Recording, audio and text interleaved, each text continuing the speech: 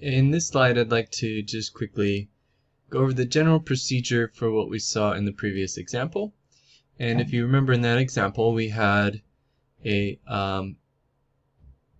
rational expression of the form ax plus b over ax squared plus bx plus c, where in this case we had an irreducible quadratic in this position here in the denominator.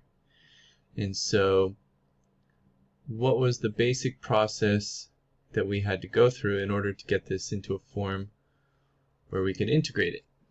So if you remember, the first thing that we did was we went through the process of completing the square. So in this case, what did that look like? So if you remember, that involved getting our denominator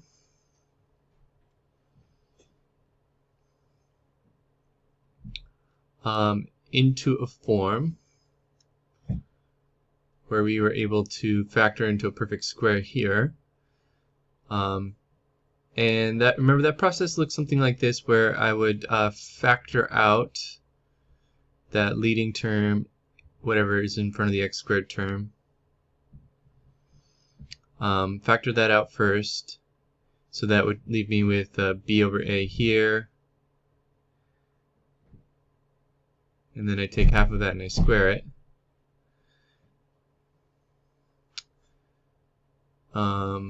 So we have to wind up subtracting that over here.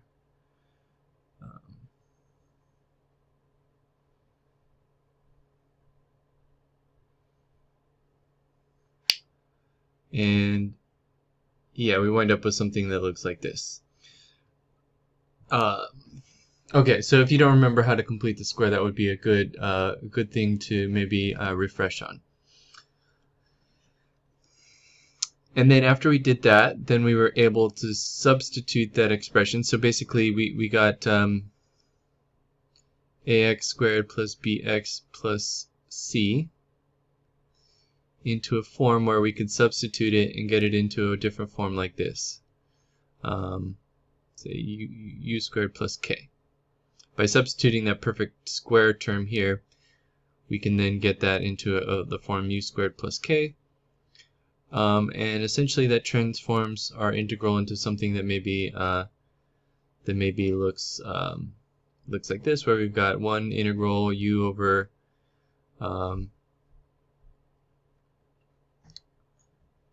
u squared plus k, and another integral where it involves a constant over u squared plus k. Right, and you could have some other coefficients in front there. Okay, so that was kind of the last step there of splitting the terms. But then once they're split, then you can do a substitution to evaluate this guy here.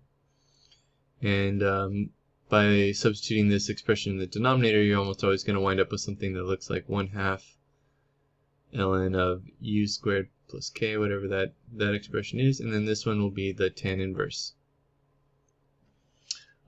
Yeah, so okay, so there's these coefficients too.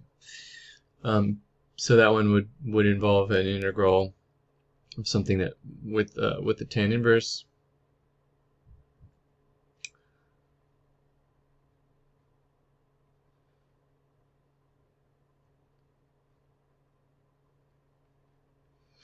Okay, and yeah, so that's just a basic overview of how that process went. But you can look at the previous example that we did to see that example in a little more detail.